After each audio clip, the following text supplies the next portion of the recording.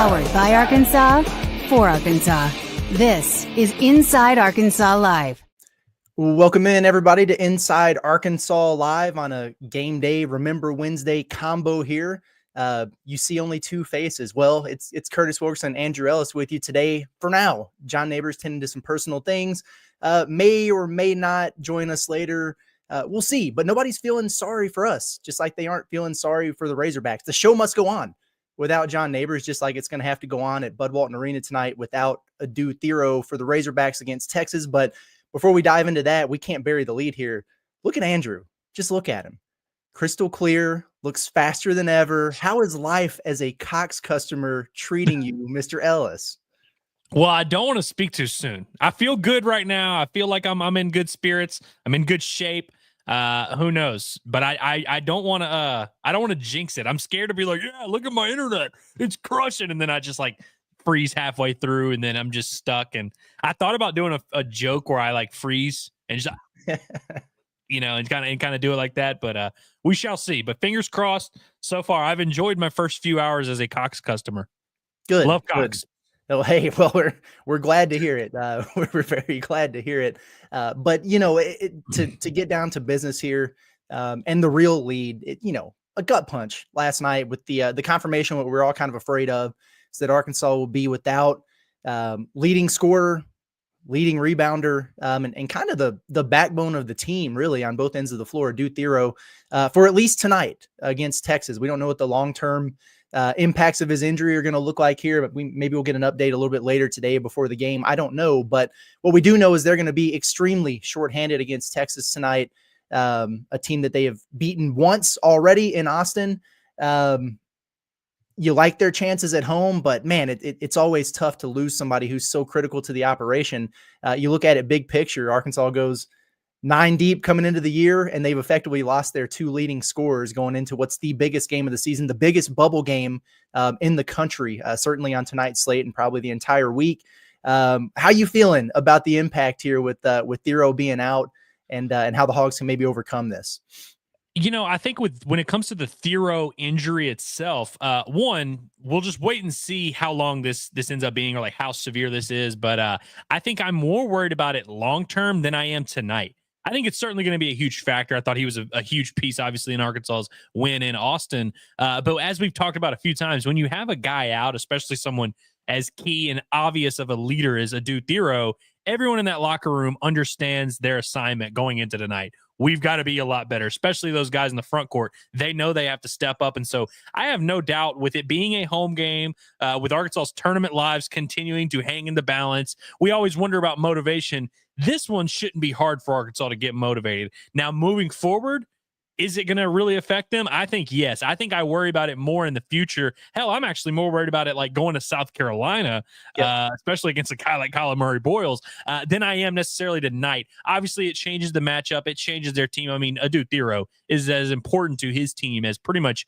anybody in the SEC. And so I have no doubt Arkansas is going to miss him. But I feel like for tonight, in terms of just can Arkansas get up and play against Texas, I think they'll be able to do it. But again, I do have big picture questions on will they be able to continue to sustain that moving forward, especially because now you're taking what was a 9-man rotation, then it became an 8-man rotation. Now you're taking an 8-man rotation and making it a 7-minute rotation. We'll see if they have kind of the longevity.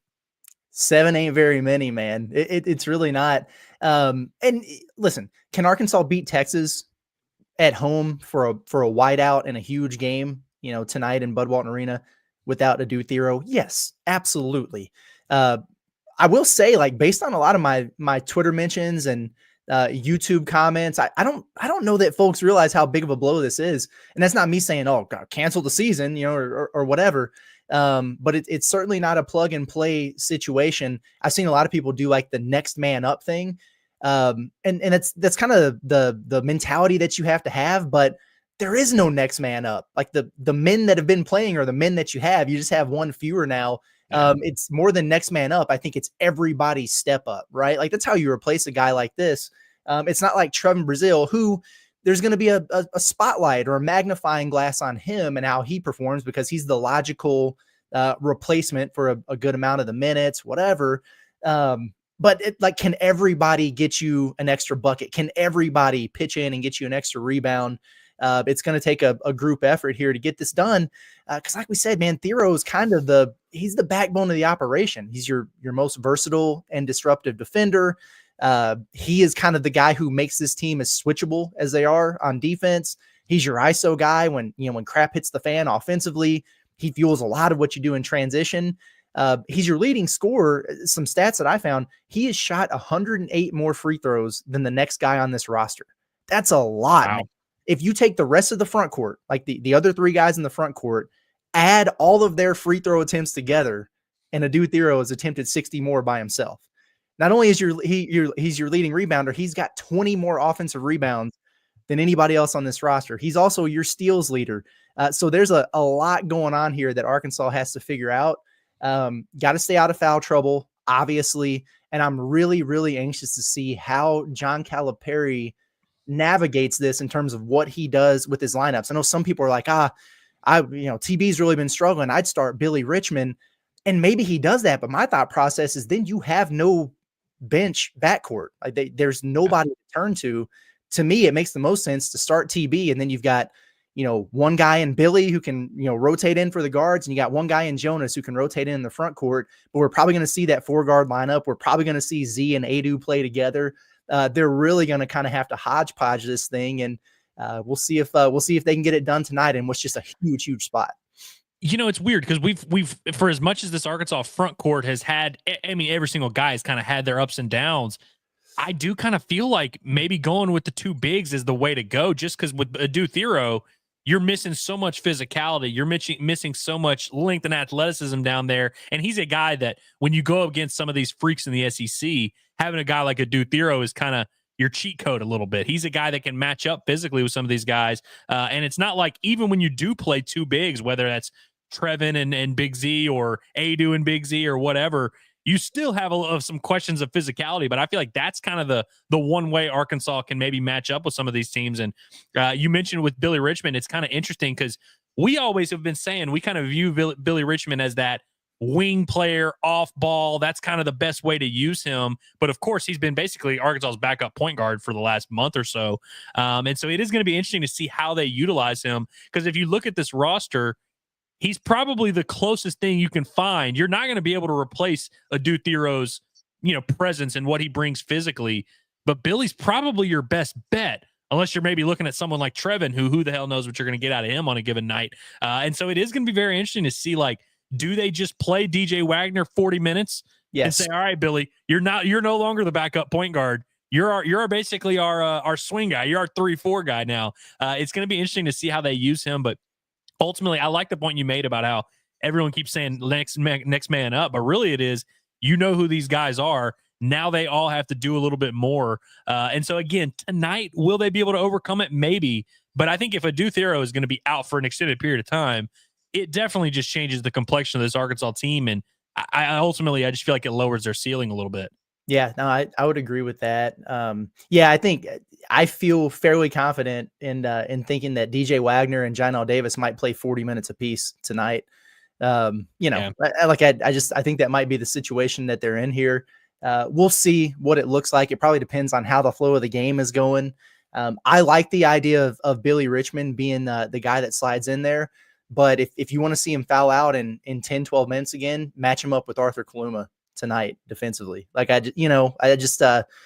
don't know exactly how that's going to work for him. That's why Thiero is so important, because he is your answer to all of those other hybrid fours in the league, like a Kaluma, like Colin Murray Boyles, who you're going to see against South Carolina.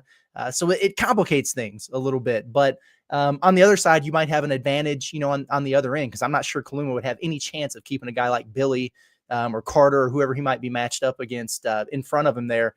I don't know, but in terms of the long-term stuff with Thiero, we just don't know. It's kind of been a weird deal, because we were initially told after the game by Coach Cal that it was back.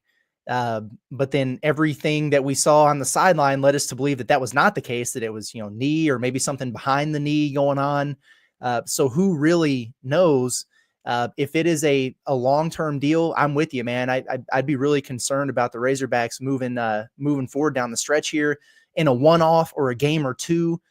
yeah, maybe this is something that you can navigate and figure out, especially with a home game tonight. They're really going to need that crowd at Bud Walton Arena to kind of push them over the top. But the title, of the show, like No Thiero, No Excuses. I already see somebody in there. It's like, this is absolutely an excuse. Well, not if you want to make the NCAA tournament, because the selection committee does not care who you have and who you don't. And you have to find ways to win a couple more basketball games and get in there. And this is such a huge game for the Razorbacks. Whoa, I did not do that, but somebody did. Did you do that? I didn't touch anything, and it wasn't my internet. Okay. Oh, that was crazy. Sometimes it does the thing where our cameras like space out and then it switches us over or whatever. And then it went to just me. I was like, did Andrew leave me again? That was funny when it happened with Carlton yesterday, where we all just started rotating around. He handled it well, right? But the point being, like, I saw Joe Lenardi put out his graphic ahead of tonight, and he's like, hey, the loser of this game, Arkansas and Texas, is just going to be hanging on by a thread. And I do think that there's some truth to that, because credit to other bubble teams for getting big wins. Like Georgia picks off Florida last night. We've seen Oklahoma and Vandy get big wins. Some of these teams, North Carolina is just kind of hanging around in the background. Indiana, all these teams are doing enough to stay in the conversation. You have to do enough to stay ahead of them. And you look at it right now, and Texas is just like right above you in the pecking order here. But I want to pull this up, and I had it on the Pot at the Palace, but I want you to look at this too if you haven't seen it. These two teams are identical. Andrew, look at this. Same record, same conference record, and they're within 1 or 2 spots of each other in almost every single metric that the selection committee looks at. If you get the season sweep over these guys in this game tonight, that's a nice bird to have in hand. But here's the thing. Texas has more to gain in this basketball game, and Arkansas has more to lose because it is in your home arena. This is a deal where Arkansas wins. Cool. You've got that sweep in your back pocket. Now it adds a quad 2 win to your resume, and it's a quad 1 loss. It doesn't really hurt Texas. The flip side, if Texas gets you, then they got one up on you in the quad 1 department and the graphic we just brought up there, and it adds a quad 2 loss onto your resume. So a loss, and Texas is very clearly ahead of you in the pecking order. A win, and you've got a really strong case to say the opposite. I think it's critical, man. Absolutely. And I mean, we've kind of just been reading the tea leaves this whole time. When Arkansas beat Texas in the Moody Center that, a couple weeks ago, we thought that was a big deal, and it certainly was. Because, I mean, think about it. You just showed how close those resumes are. Imagine if that result had been flipped.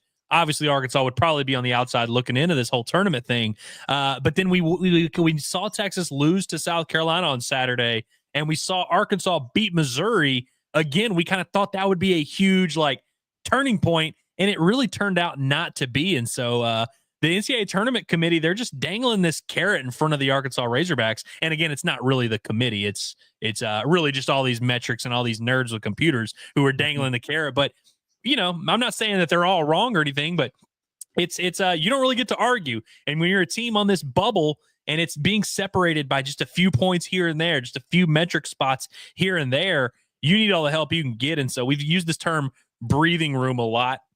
I feel like Arkansas could earn themselves a lot of breathing room. You just look around. I mean, because that Oklahoma game, we still look back on that Arkansas lost at home, and we're like, man, that's one you really wish you had back. That's one that's aging poorly. If we had that, we really wouldn't even be worried about that. And Oklahoma, I believe they're now kind of getting off the bubble weirdly. They're in like that first 4 bye section, if I remember correctly. Yeah. And Georgia is still kind of on the outside looking in. That's kind of represented for the Arkansas Razorbacks. Again, it's not all about them, but you lost to Oklahoma at home. Look at where they're at. You beat Georgia at home. Look at where they're at. That's kind of a perfect microcosm of what's at stake here. And of course, there's still games down the stretch. If Arkansas, at any point, if they just decide to never lose again, of course, you'll be fine. But given the uncertainty with the Thiero, given the uncertainty of kind of how the committee is going to view all of these things when it's all said and done, I feel like Arkansas just needs to go out there and win tonight, not worry about it. That gives you a little bit more, again, breathing room, but also just you want to put as much goodwill as you can. You want to put as much good karma out there before all these nerds with their computers start punching in their spreadsheets and determine that you suck at the end of the year.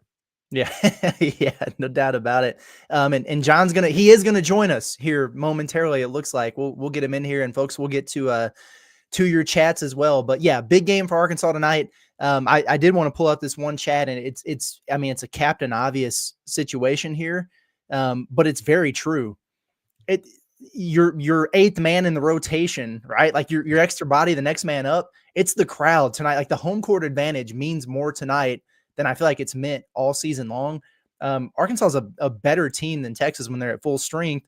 This evens the playing field a little bit. I still think that Arkansas has a good opportunity to win this game because they're at home. It's a whiteout. It needs to be really, really rowdy in there, and I hope that it's a big crowd. I know it's a church night here in Northwest Arkansas. I know it's an 8 p.m. start and everything like that. But if that atmosphere can rival what you got over the weekend against Missouri, that could go a long way for this team, because we've seen Texas struggle on the road recently. They just went and got thumped by South Carolina. They're a team that when everything's clicking for them, they look really, really good and they can compete with anybody, but they're kind of front runners from that standpoint. They're also a team that, like they falter when they face a little bit of adversity too. So getting off to a good start, and maybe proving to themselves right away, like, okay, yeah, we don't have a due, but we can still ball out here and take it to them early, kind of like you did in Austin. I think they go a long way towards a win for the Razorbacks, and the crowd's going to be a big standpoint in that. I mean, you're talking about a Texas team that hasn't done a ton to help themselves. They beat somebody a couple weeks ago. I heard not too long ago. I can't remember who it was. But, I mean, you're coming off a loss to South Carolina. This is kind of like Texas is up against the ropes from a big picture standpoint, especially because a couple of weeks ago, it seemed like it wasn't even a question of whether or not this Texas team was going to be able to make the tournament. So, yeah, I do think there's a chance for you to kind of put the nail in their coffin and really shut them up. We'll see if Arkansas punches them early, we'll see if they really have some of that desperation, that need to get back into the game, or if they just go ahead and fold, which when you're facing a team that's already beat you once, you're in front of a crazy crowd, your season's kind of getting away from you, could be very easy to quit. And so I think you got to give Texas that opportunity to quit. Open that door there for them. Hello, John. Hey, what's going on, fellas? How we doing? We're good, man. How are you? You hanging in there? I can't feel my face when I talk, so okay.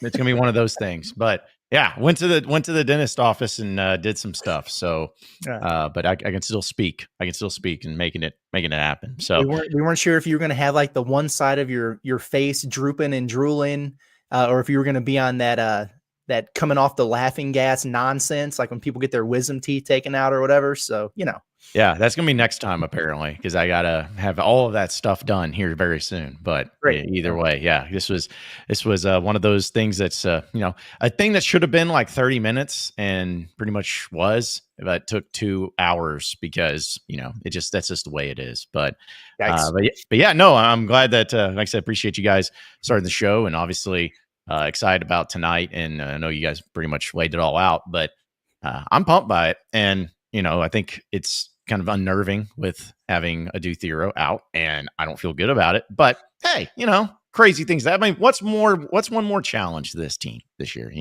Like, why not? Yeah, at this point in time, what does it matter? It's all good. But John Calipari is he's blown away by this team's resilience. He told him so. There you go. I'm sure he's had some great speech about redwood trees and everything like that, and he's got these boys ready to play. Did you know that they were one of the best teams in the country at UMass with only 6 players? I bet we hear that again. So yeah no hearing that, and then I don't know how many coaches, I'd love to know, have said that they're so happy and proud of the team's resilience while also saying they're fragile within like a 2-week span. Like how many times has anybody ever heard that? I haven't, but yeah, I think that tonight, especially like against Texas and, all the things, and someone, you brought up the crowd, I'm really hoping it's good tonight, guys. I really do. Because it looks like it is. Because if you go to, I always look at ticket prices or whatever, and ticket prices are actually more expensive tonight than any other SEC game tonight. So there's that. To me, that's a good sign. But yeah, I'm thinking the crowd will be good, and it's Texas coming to town no matter what. Should be fun, and should be fun to talk about too. So, anyways, but yeah, I'm glad to be back in here, and also with Razorback baseball yesterday with the beautiful weather and everything, talking to everybody too. The weather's getting nice, guys. You look good on TV. We saw you. Yeah, shout out to Miss Vicky for those tickets. Says somebody came up to me. This is how like stupid people can be. Someone came up to me and was just like, you actually have to have, you want to be seen on TV. You come up here and sit in these seats. It's like, yeah, you can't just do that. And I said, Miss Vicky gave me these tickets. And they're like, who's Miss Vicky? I'm like, the person that owns these seats. So get out of my face. Like, what do you want me to do? They're great seats. I got to yell at the umpires and everything. So good. Yeah. So, okay. So again, I'm out of sorts because I know you guys have done a great job starting off and hosting. I can take over the hosting jobs from here, or Curtis, you've done such a great job. You can continue it on. It's up to you, buddy. Well, I tell you what, let's get into a couple of these chats here real quick. And then John, we'll let you take over from there, and we can get into our question of the day and remember Wednesday and all those good things that we got going on. Cause we've just been in the lead segment here, but I think a lot of people want to know the answer to this question. How long is Thiero gone for? I want to know the answer to that question too. It's hard to say. And I'll be honest with you, after the game Saturday night, the indications that I got was that they weren't really tripping about it. They weren't concerned about it. And then that thought process kind of changed over the course of the next couple of days. I have heard everything from the dude is out from the year to they hope to have him back before the start of postseason, before the start of the SEC tournament. So I don't know exactly what that's going to look like, but here's what I'll say. If there wasn't a legitimate injury or some form of real concern here, there is no way in hell a dude Thiero would be setting out this game tonight. You know what I mean? If this was just like a precautionary, like, we could, maybe we'll just get him 100% for South Carolina or whatever. If it was that, he'd play. Like, he's played through the flu. He's played through other illnesses and everything. This is the biggest game of the season. I mean, it's freaking critical. If there wasn't, some concern, something to worry about there, then I just have a hard time believing that he wouldn't at least try to give it a go in warm-ups and be a game time decision. But he was out when that availability report came. So it makes me immediately look ahead and go, yeah, I'm also probably not really expecting him for Saturday either. And then maybe we take it from there. And it's just me connecting dots, honestly. Yeah, and I mean, it really is. I think that's a fair assessment that if it were up in the air at all, I mean, we've seen this dude play through what seems like various illnesses. Like, it seems like he's a guy that goes out there and tries no matter what. And so definitely doesn't put that warm, fuzzy feeling in your stomach that, it's just no big deal. And frankly, if there, I mean, listen, I don't want to speculate because I don't really know what the injury, like we've gotten like as little clarity as ever on this particular injury. And like, we talked about it yesterday. We never really know. These things are always evolving. You just never know. But I think if there's any possible chance that you can have that guy available for the NCAA tournament, for the SEC tournament, whatever it is, if that means sitting an extra game or two, like, I really am okay with that. Because what you just don't want, and we've seen this happen a few times with this exact basketball team, is guys maybe rushing back from injury, not playing well, maybe getting in their head a little bit, and then it becomes a longer thing. Then it's dragged out. And so whatever it takes for a dude Thiero for Arkansas to get the full 100% version of him, if that's even an option. Dude, isn't it the craziest thing how the injuries have just worked out for this team this year? You think about some of them, and like it, Cal said it himself. So like, I don't mind putting it out there. He said on his radio show, like, everybody's wondering what happened to John L. Davis's wrist. He fell off of a golf cart. And that's what happened with the wrist. And then two of the guys who had, like lower body or ankle injuries or whatever were on those scooters, right? Like those electric scooters. And one of them ran out of gas or battery or however that works. And they like crashed. And it was that. And then you have, Boogie Fland, who is just kind of an unassuming play diving for a ball. And it's just like this freak deal with his thumb. He thought it was jammed. Next thing you know, he's got to have surgery. And if you look at Thiero, like the play in question, when he landed from that layup, I was like, oh, that was a little awkward. It wasn't even the leg that he landed on. That is the one that they were checking out. Like you look at it and you don't really see anything there. That's what makes me uncomfortable about it, because there was not like a clear, real mechanism there. And sometimes that's the scariest thing. And then it's like they're checking a little bit of everything. Like they're looking at his back, they're checking his knee ligaments. Looks like they're trying to rub out a cramp in his calf or his hamstring or something. And it's just like, it goes from that to he's out.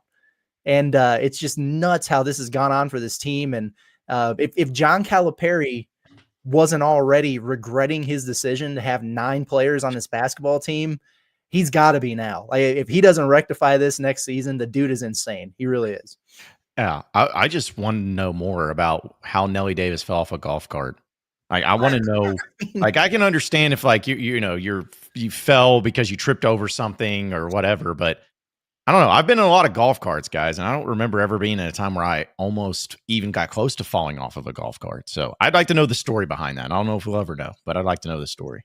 The only falling off a golf cart story I can think of. I had a buddy when I was in 6th grade, and we had some friends over, and we were messing around on his golf cart, and we got an argument about if a golf cart is driving and we jump off of it, could you land on the concrete? And he was adamant. He thought we were crazy. He's like, of course I can land on the concrete with it moving. And we tested it out. He, in fact, could not land on the concrete. He fell, skint up his leg pretty good. So maybe it was that. Maybe that's what it was. This is insane. I don't know. Whatever. Tough luck for this team, and we'll see if they can persevere anyway. Let's get to these super chats real quick, and then we can move on. But we gotta listen.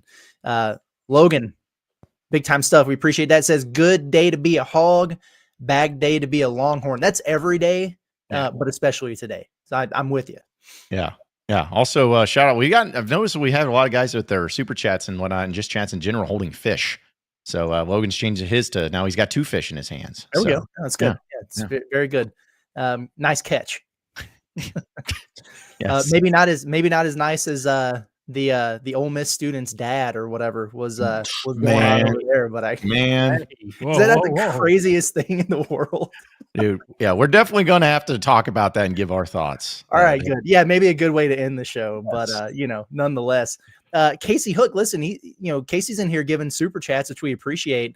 Says can't afford much, but hopefully this helps with getting some of John's lost audio equipment back. Love the pod. Go Hogs. Well, John's audio equipment is back right now. Yeah, like your funds this is like the Save John Smile campaign. I think that's where we're at today.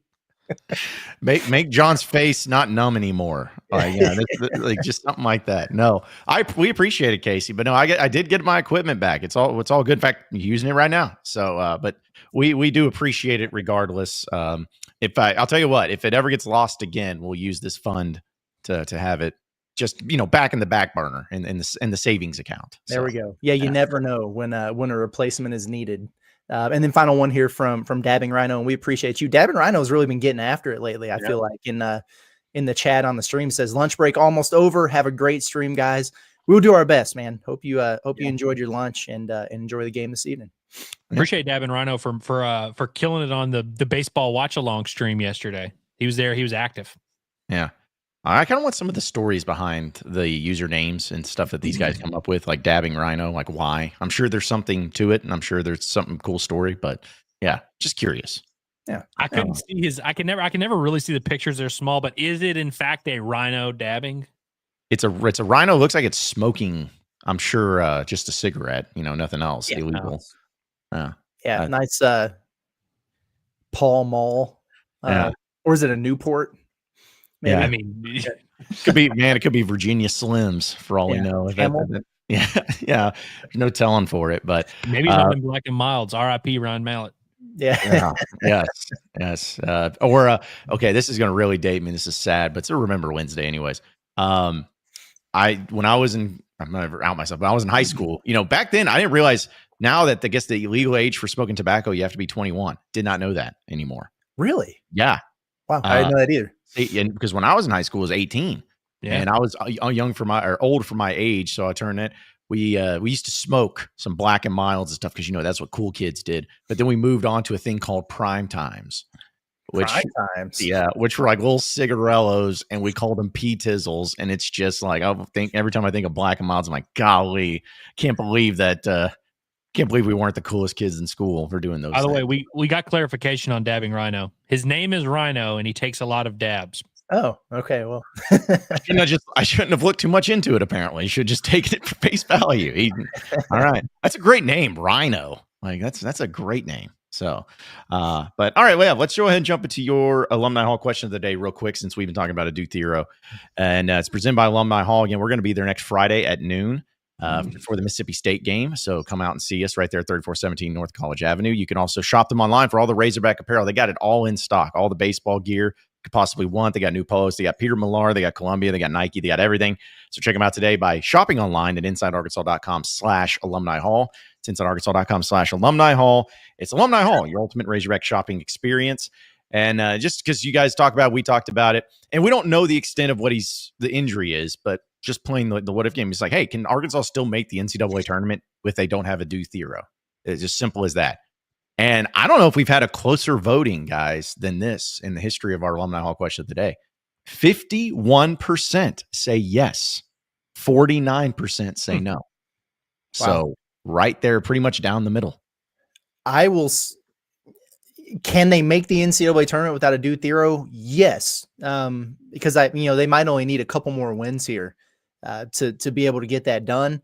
Do I think they can then get to the NCAA tournament and do anything cool? I'm going to be honest with you. No, I don't. Whereas, having a healthy Thiero, there's always kind of been a part of me. It's like, like they might get in there and win a game or two and do something crazy.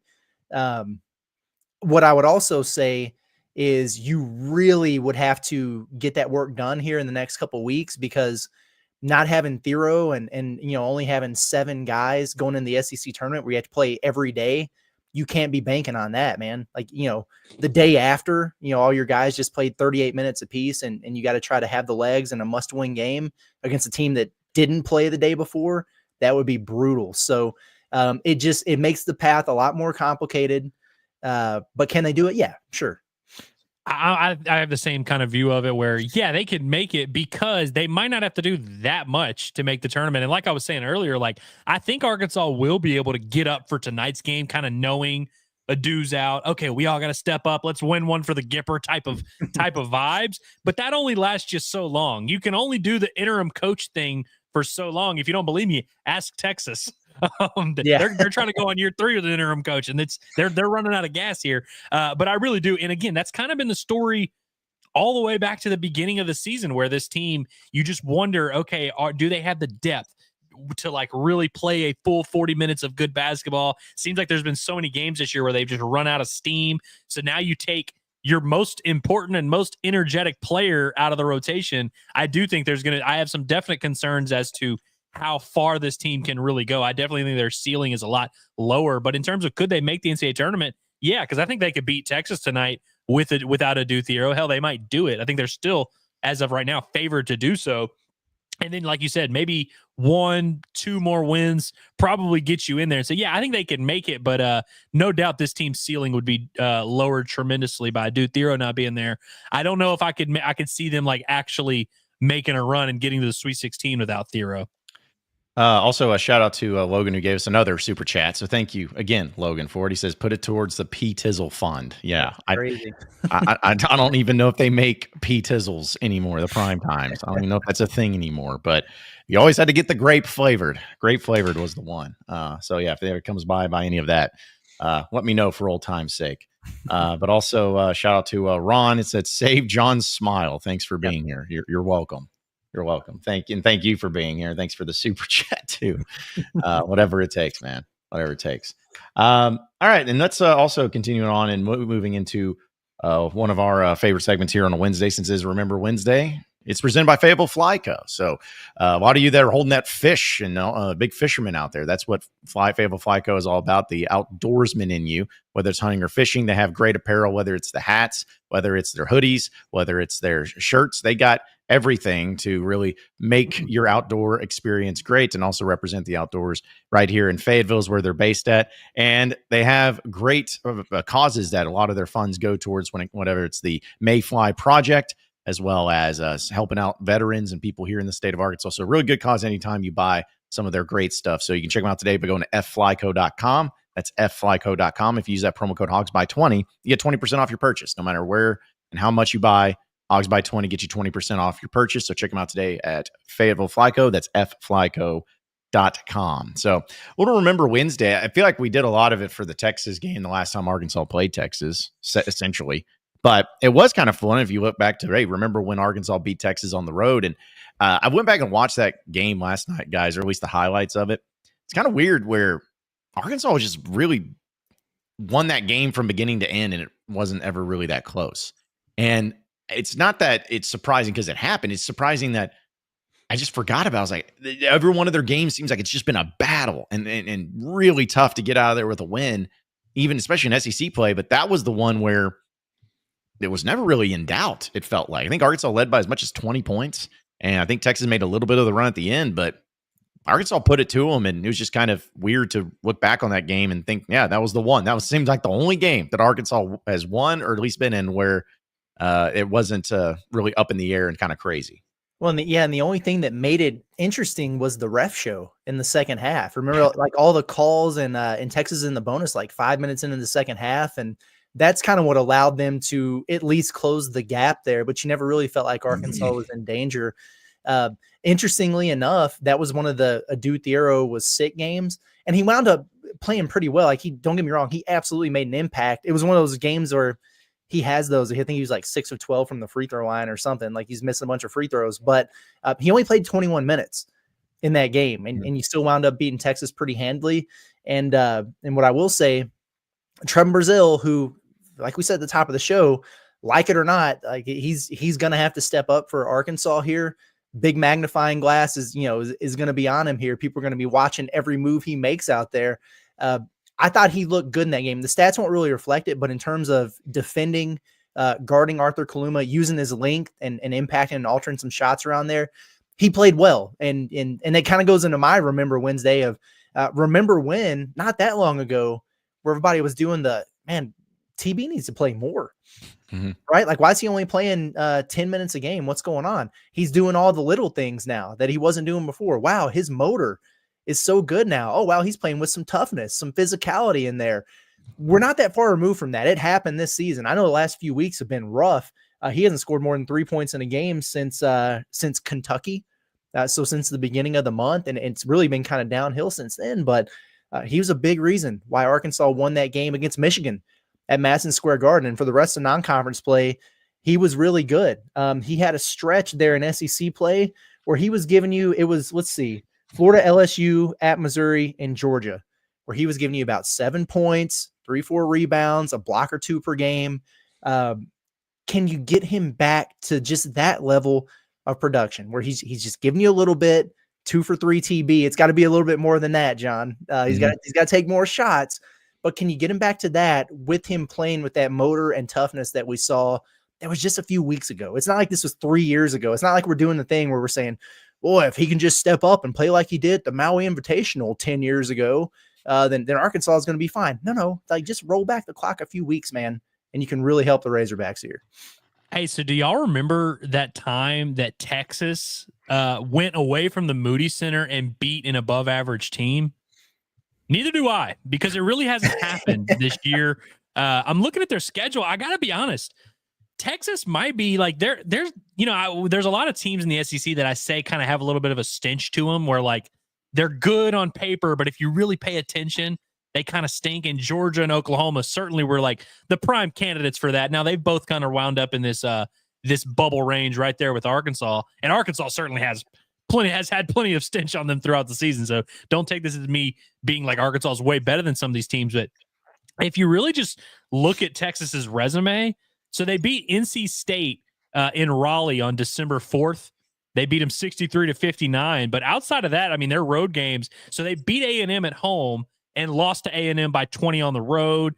They beat Oklahoma on the road, which is probably their best road win. And that was at a point where Oklahoma, I think they were both of those teams were winless in SEC play at that point. Got absolutely walloped by Florida on the road. Lost to Ole Miss on the road.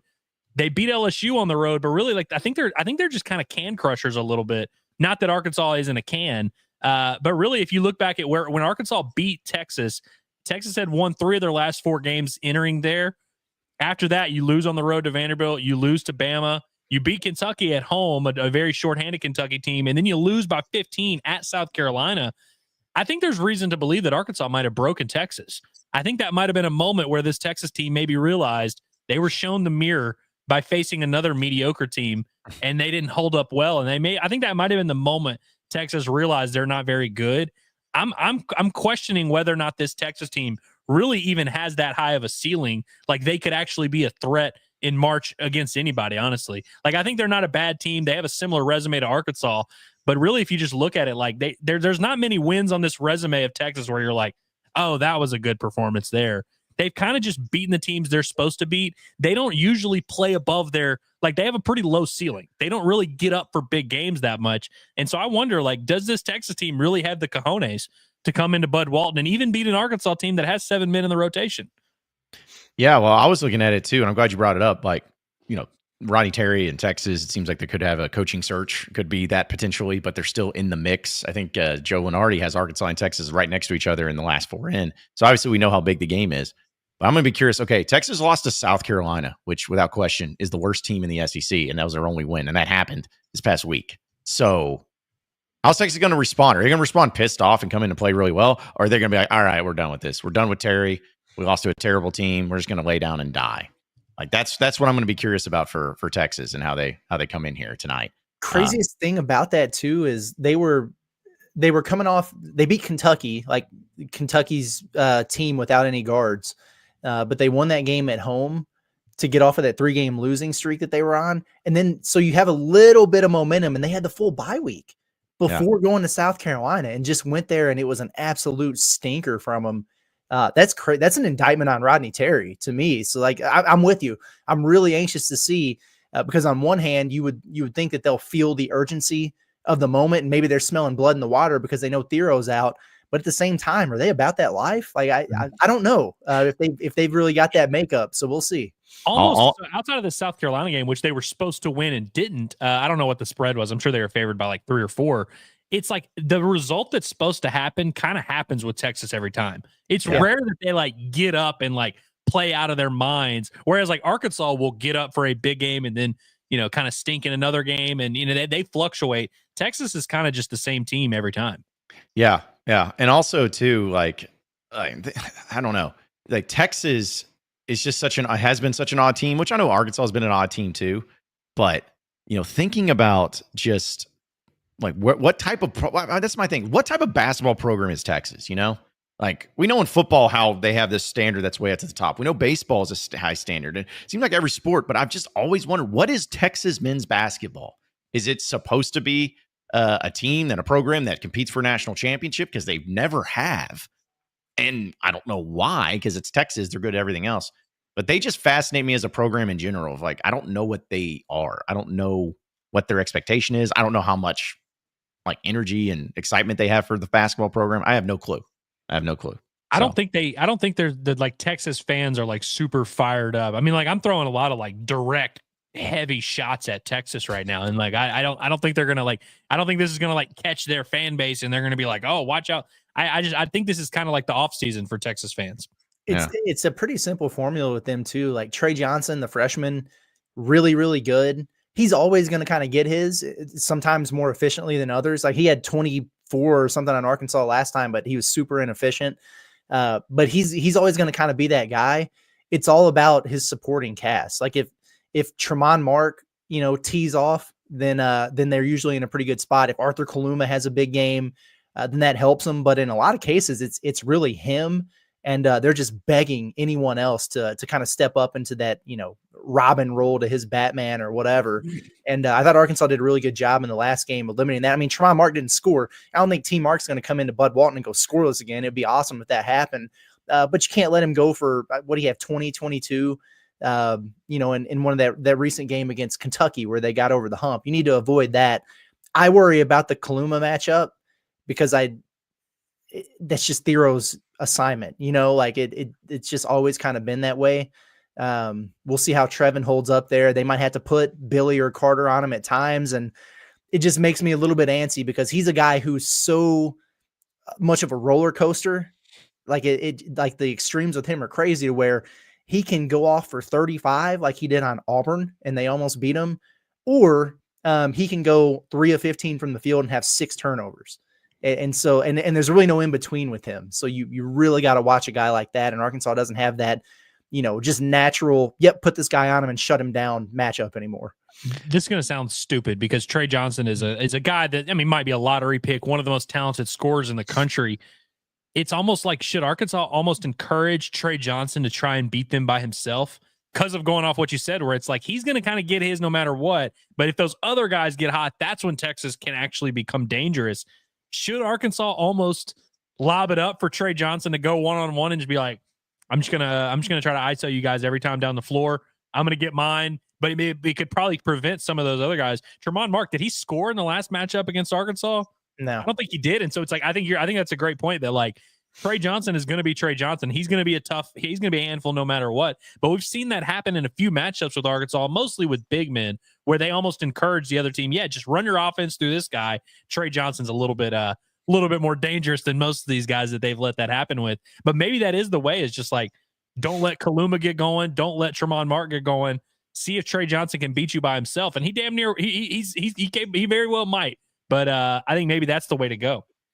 Well, and also just this may have been mentioned too, but from that last matchup, I just thought it was funny that Texas had 4 of their 5 starters all end with 4 fouls. I mean, they were flirting with it a little bit, but also forgot that Thiero fouled out in that game. So yeah, because Arkansas also had Thiero with 5 fouls, but then Big Z with 4, Carter Knox with 4, and Billy Richmond with 4. So hopefully it doesn't end up being that type of game where it's just a foul fest. Because almost 50 fouls were called in that game way back when. So well, if it is, Arkansas will lose because Yes. they don't have the fouls to give. yes, and they don't have much of anything at this point in time. Like they don't have a whole lot of ammo. But another real quick remember win. It kind of goes off of what you were talking about, Curtis, with Trevon Brazil. You remember when he used to just be a human highlight reel? You know, like every. And I know he's been through injuries and stuff, but like I just don't feel like we've had a dunk, like a big signature dunk from Trevon Brazil. We've seen some alley-oops here and there, but man, when he was at Arkansas before, we know about the posterization he had. It feels like he was just a Sports Center top 10 play waiting to happen. And it's I know its game is developing and he's not playing the same role, but I kind of miss that and kind of wish that maybe that happens tonight. Maybe Trevon Brazil, because the amount of minutes he's getting and have to play, maybe he can like posterize somebody, or maybe he can have some like windmill dunk, something like that. But it just always seemed like he was just that type of player where the athleticism is through the roof, but we haven't really seen it showcased that much this year. So maybe it can happen. Not holding my breath. Me neither. He did have that little dunk at the very end against Missouri, which is not like it was like a wide open alley-oop, but maybe that gets him going. That little dunk in the final few minutes, the final cigar. Maybe that'll and plus with the Thiero out, Arkansas could certainly use some highlights. I am really interested to see, like, if TB does step up and have a big game, where do Razorback fans pivot to find the guy on this team they hate? Because there's always one. Like, you can't do it with Nelly anymore, and so they've put all their energy into TB. Will it be back to Jonas for being an old man out there? Is like they've got to have somebody. You're wrong in thinking they can't get Nelly. Even Nelly could have back-to-back 38-point games. And then if he goes 4 for 13 in the next one, he's right back to being. The team could be undefeated, and there's just going to be a dude that just gets relentlessly destroyed for everything that he does. Yeah. Here's what I've noticed about Hawk fans. The longer you're at Arkansas, the more they hate you. Like they always like the shiny new toy more than they do the new thing. So it's really whoever's not playing is who they want to play. Mm-hmm. I mean, literally, we have people like about once a month. It's like, come on, Melo Sanchez, get him in there. And I'm like, they literally want him in there just because he's not in there now. And so it's like whoever plays the most minutes. Wagner is probably due for a game where he's the scapegoat. Yeah, plays a lot of minutes. I was going to say that was going to be my prediction. It would be Wagner be the next one, because everyone's going to be like, this guy was the number 1 player coming out of high school, and after year 2, he's shooting 40% from the field, and he's only averaging 10 points a game, and he's going to have a game where he goes 3 of 12 or something, and people are just going to hate on it. So. Yeah, Wagner's would be my pick, my prediction. But Wagner's an interesting one because I think that the way that we feel about DJ Wagner is, we have a pretty normal grasp of who he is and what he can do. And I think the reason why Kentucky and what you're saying is kind of why Kentucky fans hate him, because they viewed him as this savior, this guy who was supposed to be this top 5 overall player and this 5-star one and done. And so when he wasn't that, they were disappointed. Whereas when DJ Wagner come into Arkansas, we had concerns and questions. We were like, this guy shot like 38%. Is he really going to be like a go-to guy? Can he really be a starting point guard in the SEC? So the fact that he's been just pretty solid and competent, he's perfectly like, we're fine with him. And so that's kind of shows you it's all about expectations. But as soon as you start to expect things from someone and they don't do it, now all of a sudden it's personal. Now all of a sudden we hate you. Yeah. It'll happen next year with Acuff or, Malik Thomas. If one of them just struggles a little bit in the beginning, they're like, yeah, who thinks these guys are NBA ready? Ugh. I mean, it's just, I can't wait for it. It's going to be fun. We'll always have that set in. David here, though, says, and this is kind of funny, remember when Texas fired Rick Barnes? Yes, I do remember that. And he's obviously done a really good job at Tennessee. But also, they had Chris Beard, and it was one of those things where not saying it was right or wrong or anything. That's up to you. But if they would have still had Chris Beard right now, guys, and he was keeping it moving because that team he had was really good. I mean, they could be one of those teams that's competing for a national championship right now if that worked out with Beard, because he's that good of a coach, and obviously Texas and all that. But yeah, they fired some good coaches. I'll give them that. They fired some good coaches. Y'all like this comment here from Ben Stoned? Which one? Sorry, I clicked off it. It says Andrew is always spot on. I've never heard that dude get anything wrong. Pure genius. I appreciate the insight. I've always said Ben Stoned is the cream of the crop. Is the smartest. That guy clearly is right on it. Jesus, Ben Stoned. Good grief. That's who you want. Yeah. Also, shout out our guy Dre. Just says Hogs by 90 for a super chat. Appreciate you, Dre, as always, man. And thanks for that. And also, Trey wants to know, did John take the United payout? We need to know. Well, I just know that I did. I went through the process of what was offered to me. I'll say that, and we'll leave it at that. But also love this from Hayden. He says John had some Colombian marching powder before joining. Guy can't feel his face. Thank you, Hayden. I appreciate that. I will say, I don't know if we made it clear at the top that you had gone to the dentist. We just kind of said you weren't here. And then when you came in and the first thing you said was that you can't feel your face, I'm sure there were a few people that were like, what? Yeah. No, I'm sure that was the case. I absolutely think that was the case. So, all right. So appreciate Fayetteville Fly Co. being a part of it, folks. And then remember Wednesday, be sure to check them out over at fflyco.com. Use promo code HOGSBY20 for 20% off your purchase. Let's go ahead and jump into your SEC update presented by Rhoback. Go to Rhoback.com, promo code HOGSBY20 as well, and you get 20% off your very first purchase. Last night had some games that transpired in the SEC. Some of them we were, talking about of what they could end up being, like some games that would have noted like, oh, this team may win big or this team may do this, whatever it may be. But man, I just want to bring up first off, the Florida-Georgia game was wild.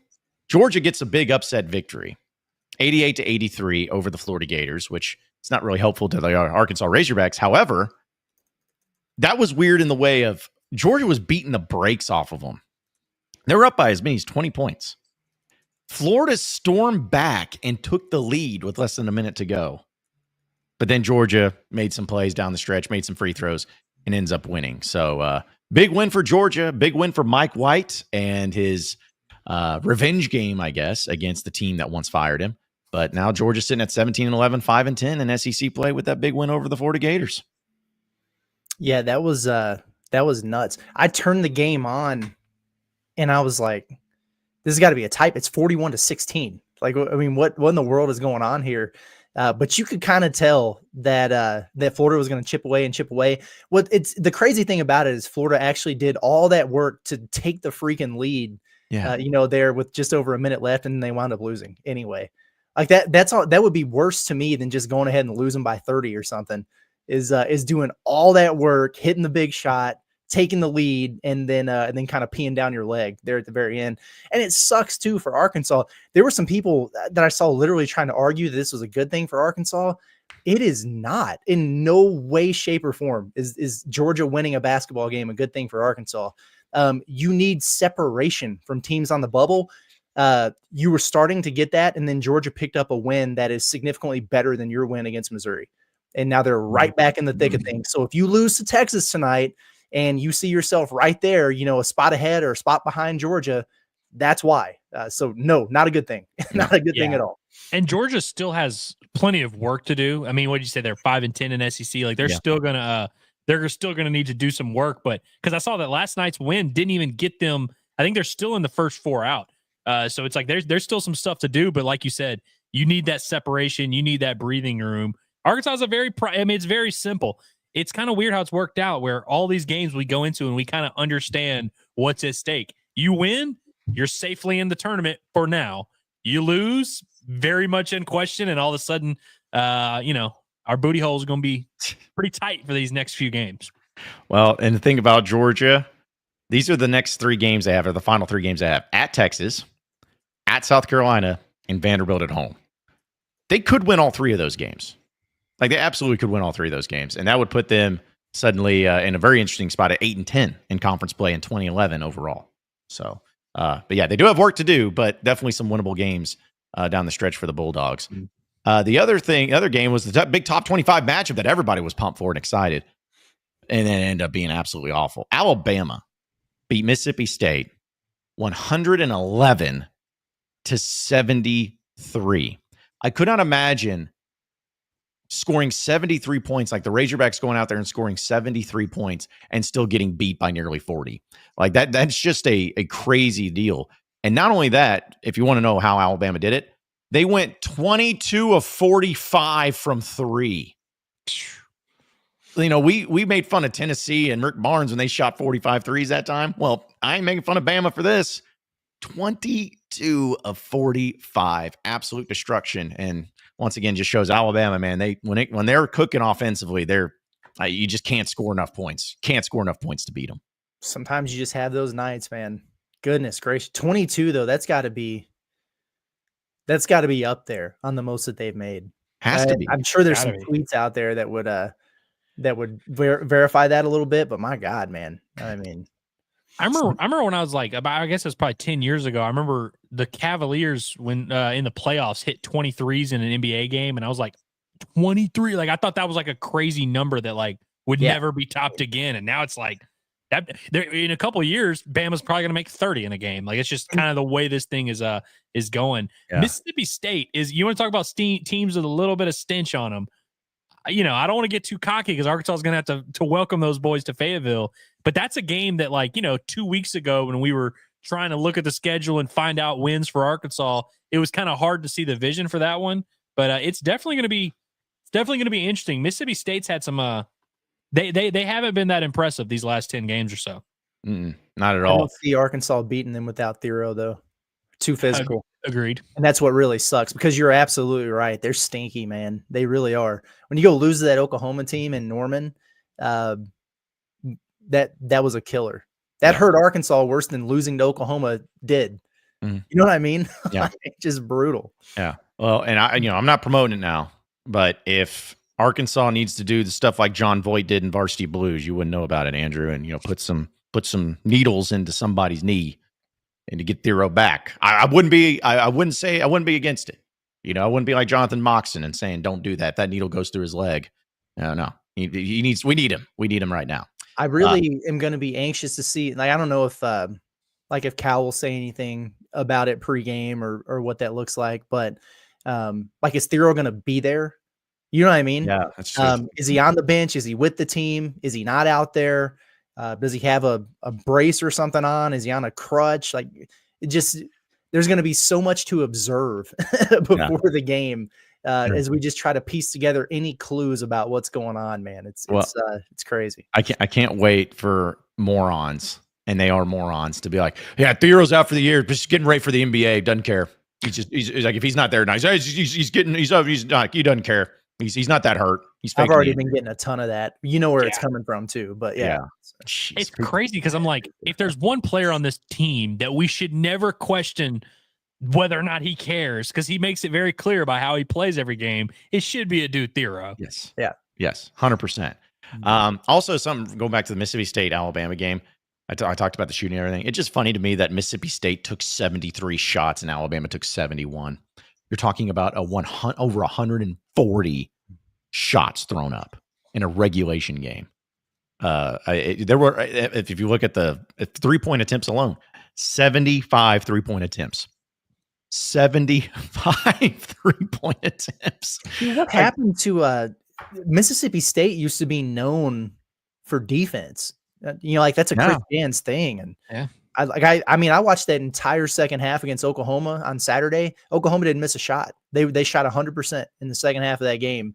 And then Bama goes out and sets an all-time basketball record for most threes. Like, what the heck has happened to these guys on that end of the floor? I'm telling you, there's something to be said about like the identity of it where, because early in the season when Mississippi State was winning games, what we were saying was, oh, it's the same typical Mississippi State defense, but now they got some scorers. They got Josh Hubbard. Yeah. They can actually, they might be a little bit different. Turns out you rob Peter to pay Paul is what you did, where like you sacrifice some defense to get a little bit better on the offensive end. I think there's something to be said about just having that identity of like, we're going to keep this game low scoring, and if it gets above 70, we're toast. They're actually, I feel like, more dangerous in that context than they are in this one, where they're trying to be someone that they're not.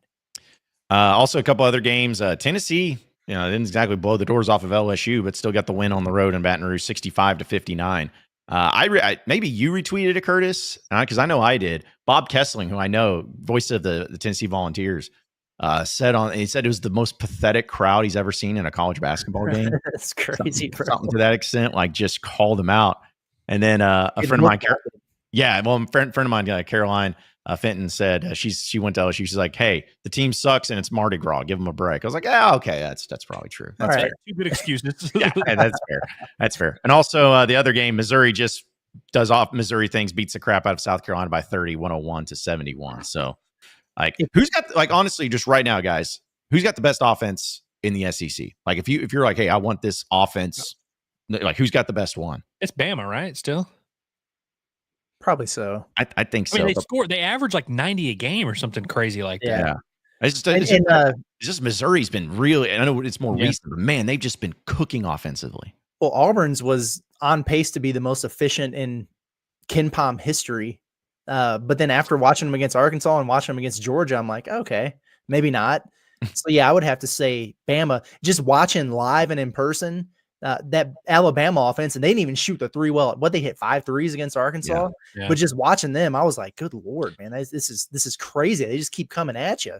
Bama has a ceiling offensively that other teams, I mean, pretty much any team in the league just can't really reach. Like, if Bama plays their A game, you just have to chalk that one up as an L. Where there's probably teams that are more consistent game to game, but Bama definitely has like the ultimate trump card. I mean, when you score 66 points from the 3-point line, I mean, like, good Lord, there's been like 12 games this year where Arkansas didn't score 66 points, period. And we're talking about a team scoring 66 off of just threes. It's unreal. Yeah, it's stupid. It's stupid. Tonight, though, besides Arkansas and Texas, of course, that game's going to be at 8 p.m. on ESPN2. Be sure to tune into Pod at the Palace postgame show, because going to have all the reactions there. But also some other games of note. You got Ole Miss going on the road to Auburn at 6 o'clock tonight, also on ESPN2, which that means that game will run late. And the ESPN2 game for Arkansas and Texas is going to be on ESPN News to start. Just letting everybody know, because you're going to complain, and I get it because I think it's stupid too, but just giving you the heads up. But you're going to have Ole Miss and Auburn. Could be interesting there. You also at 6 p.m. on the SEC Network, Texas A&M and Vanderbilt, which I'm not going to watch the game with interest, but I am a little curious. That could be one of those games I feel like, man, it could be gross, low scoring. Maybe Vanderbilt ekes out a way. Bet Saracen has A&M favored by 7.5. So I don't know. Vanderbilt's just one of those weird teams. You roll the dice. I never know what to expect. If Vanderbilt wins, they're in. Like, there's no more question about the bubble for them. So I would like for them to lose if possible. You don't want that. Well, I don't know. I guess if they clinched, like, maybe they take the foot off the gas a little bit and you go pop them in their own building next week or something. But I just like the bubble on bubble crime, man. Like, who's going to get burst first? But yeah, if they win at A&M, I think they're probably a lock. Yeah, they're in that like next 4. They're like one of either the first or next 4 buys in kind of all those tournament range. So yeah, if you go out there and beat A&M, that would certainly pretty much clinch it. I'm with you, Curtis, where I would love to see them lose, and there's no real shame in losing to A&M. But yeah, it would definitely put some pressure on Vanderbilt a little bit, or at least make them sweat a little bit as Arkansas is coming to town. And so, and I mean, again, Arkansas kind of controls their own destiny if you think about it. Like, we talk about all these teams like, oh, Texas's resume, where do they stack up? Vanderbilt, where do they stack up? It's like Arkansas gets their chance at all these teams, and they get to play Mississippi State. It's like, if Arkansas doesn't end up getting in the tournament, it's just because they just didn't do enough. Yeah, that's a good point. Well, the other game is Kentucky and Oklahoma in Norman. That game's also at 8 p.m. on the SEC Network. Man. I hate that. I mean, Kentucky is where bubble teams go to add a boost to their resume. Yeah. I mean, they are everyone's resume builder. And that sucks. Oklahoma's about to beat them for sure. Probably so. Yeah, I don't want it to happen. I don't know. I just don't like Porter Moser. I really don't. There's something about him. And it has nothing to do with the cow or the muss ejections from back when. I don't know. There's just I didn't even like when he was at the Loyola Chicago. Maybe it's because I hated Sister Jean, but there's just something about him that I just didn't like. You're a Sister Jean hater? You know who else hates Sister Jean? All of the Loyola Chicago players. Y'all saw that video of them not dapping her up? Yeah. Shameful. All hang out in hell. That's crazy. Maybe I should clarify. Whenever I say something like that, it's kind of the same thing with Taylor Swift. It's like I don't like hate them. It's more of just like I get tired of seeing them and hearing about them and dealing with them. The story became eye rolling. Yes, yeah. and it's the same thing with so many stories, like the Mark Sears' mom and the free throw thing. I'm like, I'm tired of it. Like, just go graduate for freaking Christ's sake. Just go, move on. I don't want to see this anymore. But yeah, I know I'm a terrible person. That's fine. I own it. But still, but either way, Kentucky's only favored by 2.5 tonight in Norman, Oklahoma, according to Bet Saracen. So yeah, they're getting beat. Yeah, I don't care if Jackson Robinson's playing or not. They're getting beat. Yeah, BDN, please do us a solid. I mean, come on, right? Just please beat a mediocre team. If it were Florida, I'd feel more confident. I'm like, Kentucky's going to go out there and beat them. But the fact that it's Oklahoma, it's a team in that range. That's dangerous. I mean, hell, they lost to this Texas team. That can't beat anybody. Yep. Yeah, that's true. Well, I want it to happen, but nothing's ever, I feel like most things, not everything, but most things haven't gone our way of what we want for this basketball season in any regard. So, I mean, we've had a couple here and there, but this right now and seeing some of the teams like Oklahoma winning this past weekend and stuff, is just like, why? Just stay down and die. Just go away. You give it up. You're not a good program. You're not a good team. Just roll over and die. That's what I want these teams to do, but they won't. They refuse. So, yeah, they refuse to lose. So yeah, there you have it. There's your SEC update presented by Rhoback, and that's a perfect segue because we appreciate our friends over at Bet Saracen. Download the Bet Saracen app for all sports betting when it comes to all the great things going on here in Arkansas, but as well as all across the sports world.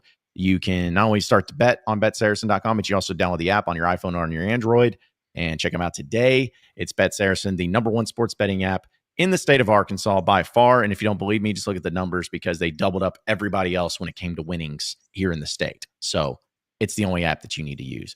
But, we like to look at the specials, guys, some of the things that they have going on.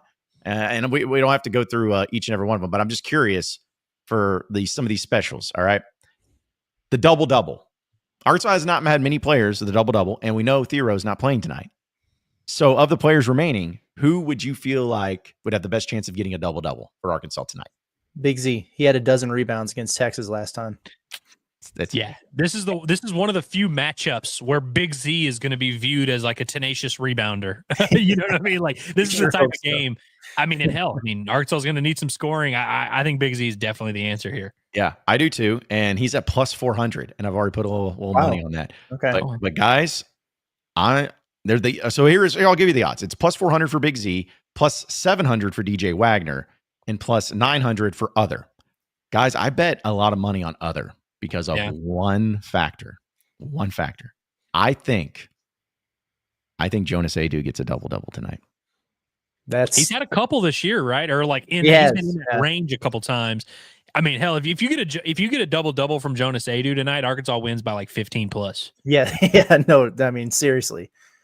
He looked good against Missouri. Like like these other games, and we're trying to force it a little bit, but it's like, oh yeah, he's looking a little bit better in there. Oh yeah, he doesn't look like he has arthritis in both knees. Against Missouri, he looked like he really belonged out there. He was an asset. Yeah. Also, I know I'm crazy a little bit here, and I don't feel that strongly about it. Like I might watch the first 4 minutes and immediately. Sometimes the game just plays out, and you see it and you feel differently. I really do feel like Arkansas going with the two big men in this matchup might be the way to go because Texas is one of the few teams that like just doesn't rebound much at all. Like you could probably win this rebounding battle. One, just by being your normal self. If Theo Thiero was here, I'd be pretty confident. But I think with all these guards that Texas has, all these wings, maybe Arkansas does just need to have Z spacing the floor on offense and then just have two big men in there. This might be the kind of matchup where someone like Z or Adu could get a double-double. And maybe you force Texas to kind of match what you have. We always talk about forcing teams to make adjustments. Like I feel like zigging when Texas is zagging might be the way to go. But then again, I might watch the first 4 minutes and be like, never mind. Arkansas needs as many guards on the floor as possible. Yeah. Any moment that they don't have Thiero, I wish Arkansas is not going to have Thiero for a moment. Any moment Texas doesn't have Kaluma on the floor playing the 4, I'd go with the 2 bigs. Yeah, I would, because if they have Shedrick and the one guy's name I can't even pronounce, but then if they put Kent in, who's like a 6'8" non-shooter or whatever, fine. Go Jonas and Z and see what happens. I'm all for it. And I kind of like this from Jeremy, one of our few Facebook watchers, but he says Knox may get a double-double tonight, Knox breakout party. And honestly, the dude's been getting double-digit points nonstop. So I feel like that takes double-digit shots. Yes, I know, man. When are we going to get one? Because, I mean, we've seen every game he's like 4 for 6 or something like that. And you're like, damn, dude, just shoot 12 times and let's see what happens. Yeah. I really want to see that for sure. Especially with Thiero out. I think he might have to get some of those Thiero buckets where he just goes bull in a china shop and just goes right after him. We've seen Carter Knox be very effective when he's driving the basketball. He's slick bin. I don't know what the numbers say, but like he has to be one of Arkansas's most effective straight line drivers on the team. Yeah. You know Nelly's going to be chucking that thing tonight, man. Yeah. People are going to be so pissed. Dude, I want a Nelly Davis, JD Note against Kentucky type game. I want a 30 points and like 8 assists or steals or something like that. But then he shot the ball 30 times. Like I that's what I want. Give it to me. Give it all to me. Speaking of, go ahead. You might be doing exactly what I was about to say. Go ahead. Well, I was just going to go through some of the other specials is all. So, but for like the first 3-point field goal shooter or maker for Arkansas, Nelly Davis is plus 200. Okay. Big Z's plus 275. Carter Knox plus 350. DJ Wagner plus 500. And other at plus 800. So this is a good time for that other because you know you're going to have a new starter in the lineup. Like it probably wouldn't be Billy, but if they start Trevon, and the Texas is probably like, we're not guarding this dude. And then he hits a corner 3 or something. So it might be a chance at a little change. Yeah. Sprinkle a little extra on it. Because I still want that to happen. That's one of been the ones I'm sure I'm going to lose money, but I've always been putting just a few bucks on it. It's like at some point it's going to happen. It's got to happen. It's got to happen somewhere. Who do you think scores the first points for Arkansas? Just that doesn't matter. Who do you think scores first points? I feel like I always go with DJ Wagner. He takes the first shot a lot. He really does. Yeah. Well, you know what's crazy? He is actually, so I'll give you the odds for it. Nelly Davis is plus 250. Makes sense. Big Z at plus 300. Other is at plus 450. DJ Wagner's at plus 500. Carter Knox at plus 650. Sheesh. I'm putting something on Carter Knox. Yeah. I mean, you can afford to take a few of those. I kind of like Z at 3-1. Yeah. I could see it. Totally see it. But yeah, I was really surprised to see Wagner plus 500, but then Knox. I'm like, dude, the guy. I mean, I'm not saying he always gets the first shot, but I wouldn't be shocked if he made. I'd be like, whoa, Carter Knox made a basket to start the game. That wouldn't be crazy nuts. So, I may sprinkle a little bit on him too in there. And which also, by the way, it's a 2.5 point spread for Arkansas. You guys feel good about that? 2.5. Yeah, it was 5.5 like 10 hours ago. Oh, well, what changed? What happened? Yeah. It's amazing what the spreads can do when you lose one of your best players for the game tonight. But yeah, there's a lot of specials over at Bet Saracen, folks. I don't know if you guys had a chance to have any prop plays, but I do like this particular one. And you may be saying the one I'm about to say, Curtis, but I do like this particular one of Big Z over 4.5 blocks and over 10.5 field goals attempted at plus 500. I actually like that one. No, that is a good one. I mean, he's going to have to take some shots. I like the John L. Davis one of 17.5 points and 4.5 rebounds at plus 250. Like he has to kind of be that guy in terms of scoring. I like both of the Trevon Brazil ones. Like the dude's going to play, quite a bit, whether people like it or not. He kind of has to emerge. Both of them at plus 250. The first one is over 1.5 blocks. I think he's good for 5 field goal attempts. Like I know he's been 2 for 3 TB, but like time to change, dude. Like you're going to have to take some shots here. And then 5.5 points and 4.5 rebounds, getting over that. I guess that one's plus 230 actually, but we really asking for too much out of that man. to get you 6 points and 4 boards or something. I mean, come on. I feel like you could do, because like between him or Adu, I feel like one of those guys is going to have to play like 26 minutes in this game. Yes. So I feel like you can probably just bet on both of those props, which are better than plus 200. And then, what were Adu's? Adu's sitting there at plus. He has over 5.5 points scored, over 4.5 rebounds, plus 260. So like if he just plays, I mean, we were talking about him getting a double. If he can just get half of that, plus 260, I actually think that's actually a decent bet. Yeah, no, I think so too. I think there's a lot of good ones that a lot of these could hit tonight. And it's not anything, which by the way, guys, I don't know if it's in real time or I'm just tripping balls, but Arkansas is now a 3-point favorite. So it went from 2.5 to 3. So them Sharks are getting on there. Them Sharks. they listen to Inside Arkansas and they're being like, hey, these guys are feeling good about these particular players stepping up. It's definitely what it is. Yeah. We move the lines around here. Yeah, that is what we do. That is what we do. So, but yeah, check it out, folks. Again, Bet Saracen, betsaracen.com, and download the Bet Saracen app. And we got about 15 minutes or so here because we'll have to get into this Mary Kay Cornett story because I want to. It's so wild, and I can't wait for it. But real quick, let's do your Arkansas update presented by Davis and Garrett Insurance, your independent auto owners insurance agency, securing what matters the most. Razorback baseball took care of business. I know the watch-along party for Bombastic was fun yesterday, Andrew, but always good to see a good run rule happen. Get out of there. Beautiful day out there. Bats were flying. I'm pretty sure, I don't know if you've already said it, but Baby Aloy is already better than Big Aloy, 100%. And the other guy, he's trash, but still, you like to see these types of games. You like to see that happen, but taking care of business against the team you need to take care of business against 14-3. Taking care of business for sure. And just what the doctor ordered, all the cliches you can throw out there. Sometimes you just got to play a game against someone that's got a really bad pitching staff, and you just got to beat up on them a little bit. Got to get some of these bats going. Arkansas is honestly no closer to finding a definitive everyday lineup than they were 3 weeks ago. Like, it's somehow played out in a weird situation there. We got to see Logan Maxwell play the outfield yesterday, but like Kendall Diggs and him I think they have almost identical stats. And so if Baby Aloy is really going to take over that DH spot, which at this point, until he cools off, I think he has to be in there every day at DH. Arkansas has a little bit of an issue here. Rocco Pepe had a big game yesterday as well. He had a couple base hits, drove in 3 runs. So he most likely gets a start, whether that's in right field, whether that's in left field, whether that's at first base. We'll see.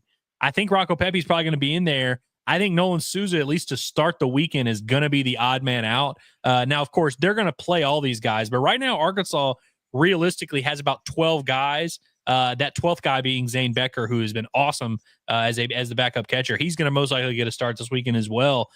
I think for the next 3 weeks, Arkansas is going to be playing 12 guys in that position player lineup, and we'll just let the cream rise to the top, see what happens. But ain't looking good for Nolan Souza so far because Cam Kozel's been swinging the bat well. Rocco Pepe's starting to show signs of life. Kendall Diggs is back and looking good. Logan Maxwell is getting healthy. There's just a lot of guys. And so I don't know how they got a lot of mouths to feed. We say this every year where it's like, oh, it's nice to have options. Most years it really isn't, because like you like last year, Arkansas had like 4 guys rotating in left field, and I don't think they liked any of them. This year, I really do feel like Arkansas has guys that they like that they're not able to start because they just can only have 9 on any given game. And so we'll see how it plays out. But the news everyone wanted to know about was Gage Wood, it was diagnosed as right shoulder impingement. So Landon Beidelshees, hope you enjoyed your 1 bullpen outing last weekend. You're right back in the starting rotation, kid. Dude, I just I know it's serious and I know everything, but when I hear about injuries and whatnot like that, where it's like, a shoulder impingement, I'm like, I'm just going to start making up words when there's an injury. Cause I feel like most of the time when I see that stuff, I'm like, that's not a word there. That's not an injury. I know it is, but it just doesn't sound like it anymore. But the impingement, it's like, okay, so what's the difference between an impingement and a, soreness or a break or a strain or a sprain or what? I can't keep up with the nomenclatures. Well, it's better in the sense that it's not like a tear or, a labrum or whatever, where you've got to have surgery and it shuts you down and everything. But it sucks from the standpoint of it's a huge pain in the butt to deal with. It's almost like a tendonitis type thing. In fact, a lot of times it's secondary to a tendonitis, but It just requires you kind of shutting it down and getting a bunch of treatment and going through rehab and slowly ramping yourself back up. It's almost like when a basketball player or something has a hamstring, strain. It's like, that doesn't seem like that big of a deal. Well, if you don't really take care of it and get it to 100%, then it's going to continue to be an issue for you. And it'll start, it can have a trickle down too, because it messes with your mechanics, and it's a pain in the butt. So it'll take them a few weeks, but the news could have been way, way worse. So thankful for that. So you imagine he's not going to pick up a baseball for like at least a week, maybe 2 weeks. I'd probably say a couple weeks. Yeah.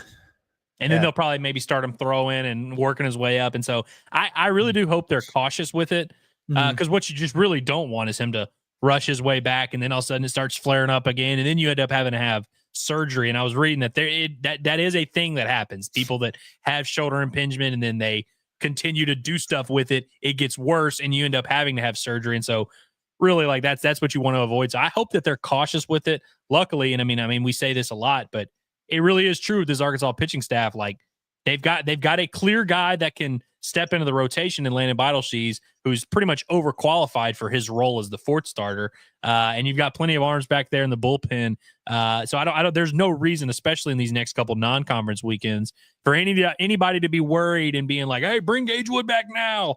Let's relax. Even if it takes a month, even if it takes 6 weeks, you want to have that guy ready to throw in June. And honestly, it's probably not the worst thing in the world to have a power arm like that as fresh as possible as you enter the most important stretch of the season. Well, I'm just going to say right now, we're taking the Kentucky route that if Arkansas loses a game, it's like, hey, they're without Gage Wood. Yeah. Like, what do y'all expect? Okay. Every game. Yeah. The amount of perseverance that this team has been able to overcome by beating whoever, the Louisiana State, I guess it's LSU. That was a stupid. Yeah, that's comment, LSU. Yeah. Missouri State. We'll do that one. whoever they're playing. But yes, that's the type of approach you have to make. It's the way you got to do it. Offense sucks, and it's Nate Thompson's fault. It's like, well, it's actually, Gage Wood. Gage Wood. Yeah. What do you expect? Yeah, Gage Wood's out, man. Yeah. Like, come on. Let's just not get crazy with it. So yeah, that's happening. And we got Arkansas baseball, and I know basketball's gonna be on the road, but Arkansas baseball this weekend too. Isn't it crazy? It's gonna be March this weekend. Like, just insane how fast everything's moving. But at least the weather's gonna be nice. It should be a good weekend for baseball and the weather wise and all of that. So, and also the crowd yesterday, not surprising, but still a little surprising. It was incredible. Like the amount of people that were there yesterday for that middle of the day game on a Tuesday. Yeah. But I should have outed a lot of people. Be like, why aren't y'all at work? Does your boss know this? That had to be a scary thing. So, but all right. So we'll get into the final segment here.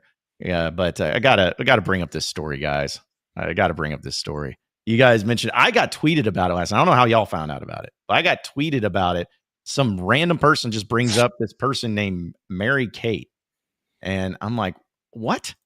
Because I don't know what anyone's talking about half the time anyways, but this person just brings up, oh, you got to, yeah, what do you think about this story?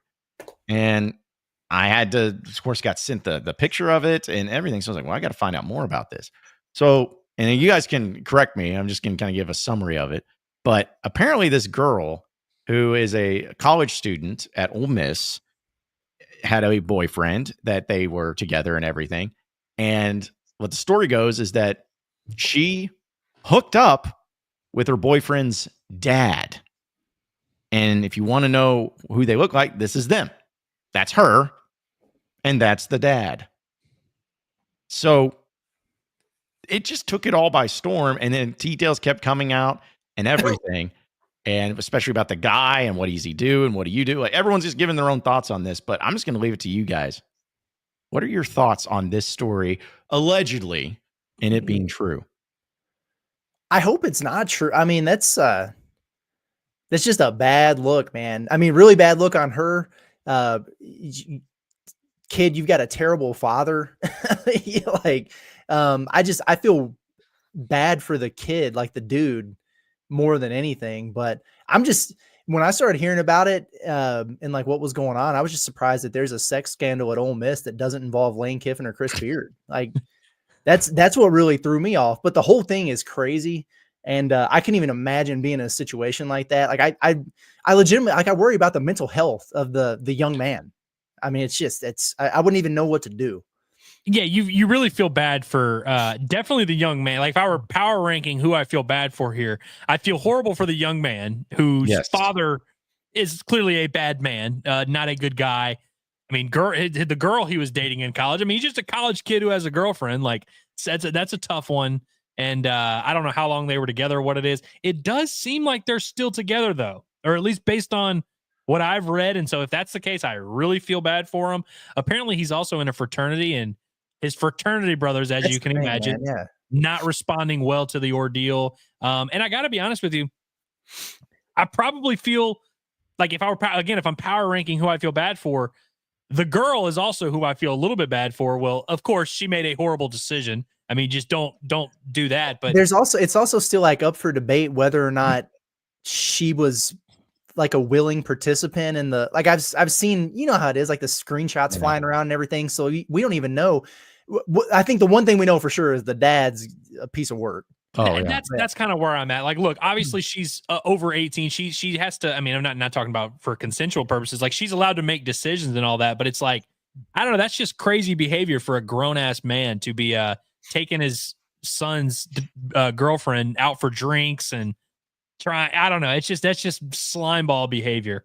Yeah. Now I want to make sure it's all alleged. All this is alleged, and like there was part of it that said that the boyfriend still found out about it and still continued to date her. Which, if that's the case, that's a whole nother thing. But there's just so much to this story that I just couldn't imagine. Like, listen, we've all gone through like breakups. We've all had our heart broken. You know, I know that when I've had my heart broken, it sucked. It impacted me in such a negative way, and trying to overcome it and everything. I could not imagine trying to overcome something like this, like something as traumatic as this. Where You're with especially with the internet running with it the way it is. Like, gosh, you just have to change your name and fall off the face of the earth. Yeah, like there's no recovery from this, like no bouncing back from it. And so, and hopefully, you know, because I see some people are in the chat saying that, you know, was it consensual and everything. Again, this is all legend and what we know. Hopefully, you know, this is the worst it is in the story that's come out. Like, hopefully that's as worse as it gets. But yeah, I just could not imagine like trying to rationalize, deal with it, go to school, be in a fraternity, have friends, and all this stuff is going on. But yeah, the dad is awful and is a horrible human being. And if she was consensual and all this, and if it's what she wanted and all of that, she's a pretty disgusting person too. Like, I mean, there's just nowhere to hide it. There's just no other way to put it. By the way, the dad's also very much married.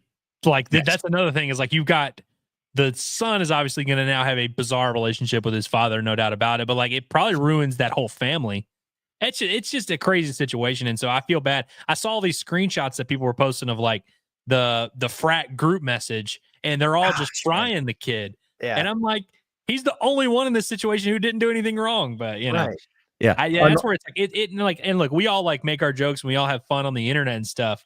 It's like this dude's never going to be able to get over this. Like, I really do think he's going to have to like go into hiding or something like that, or he's definitely going to have to transfer. He's definitely not going to be able to go to Ole Miss.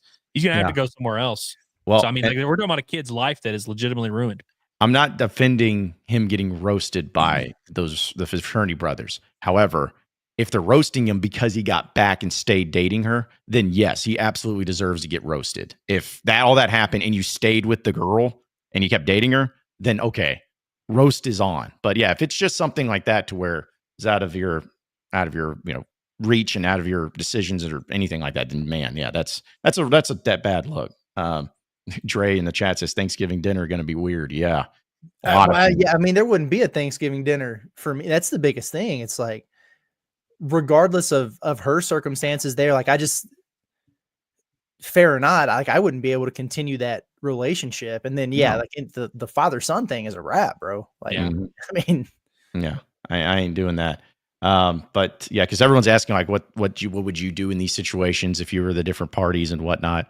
I don't know. Like, not to get too deep in my own thing, but my second serious relationship of my life, I was cheated on, and I caught her red-handed with him.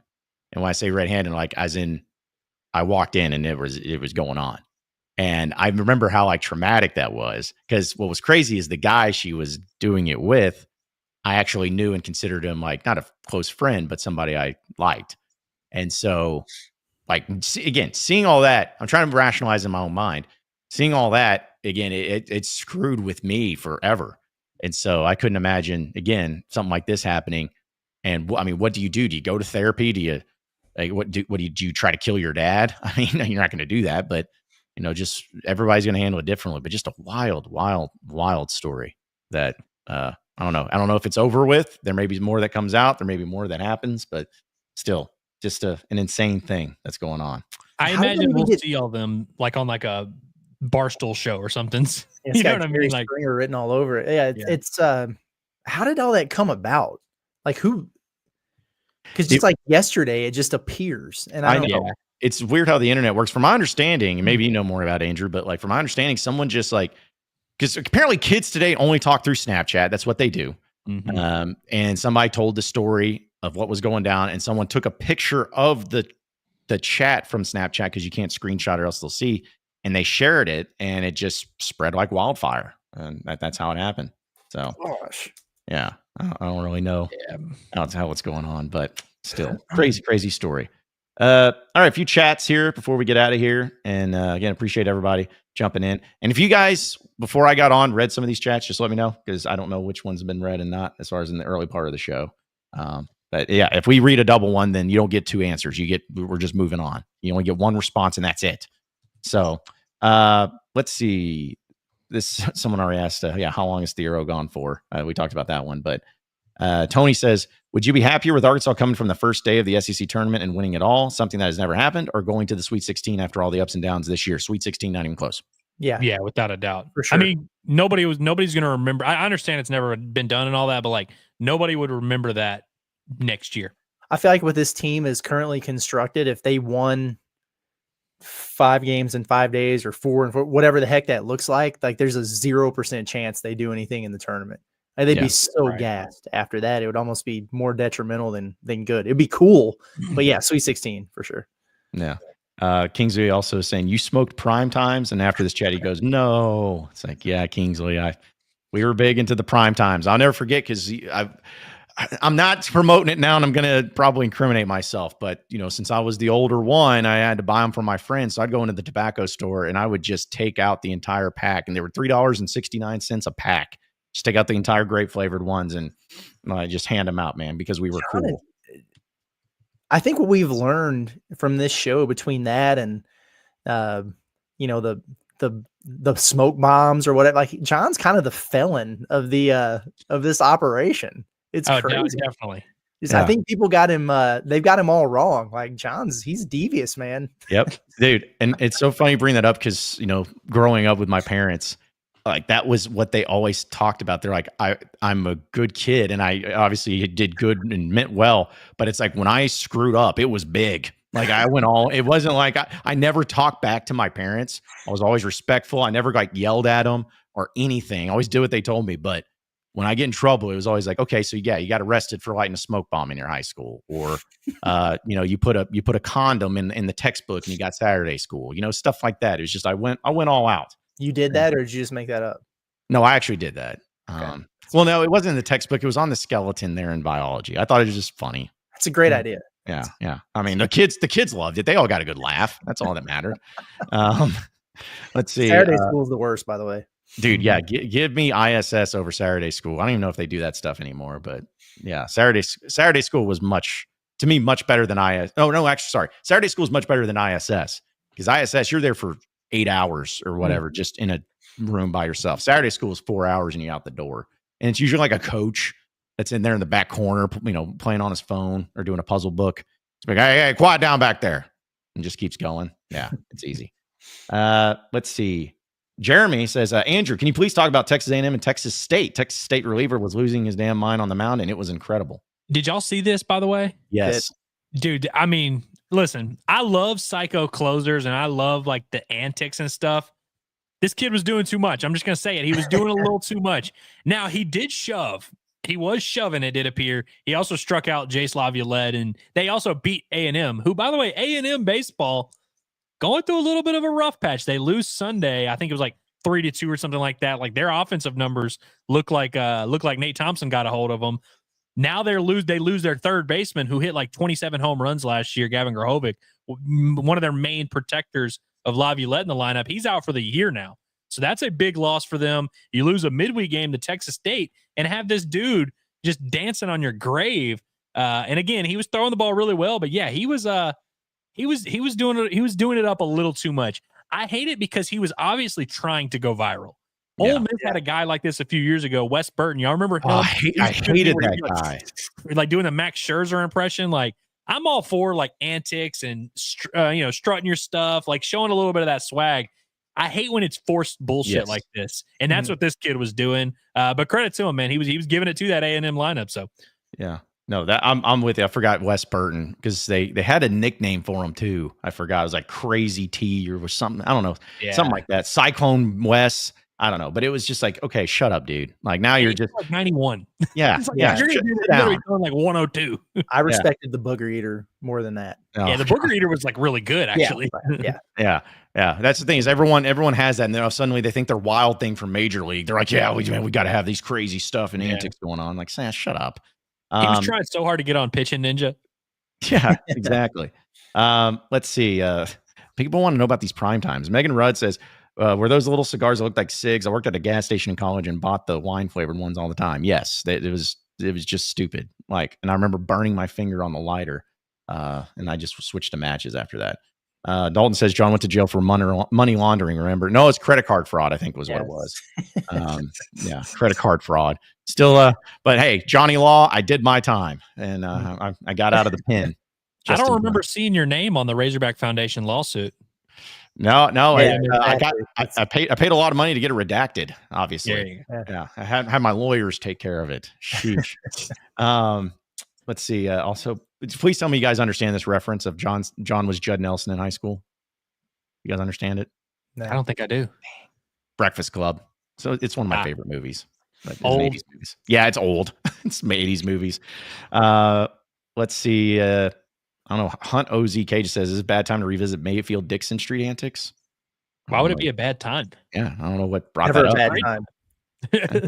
Yeah. He just got tackled by the PD into the cement wall, and it was great. It's aged really well too, because Baker's gone on to have some success, and so that's like a feather in Dixon Street's cap. I feel like. Yeah, it really is. And finally, I just want to answer this one from Logan because he was talking about when I got cheated on. He's like, "Do you open a can of whooper or what, John?"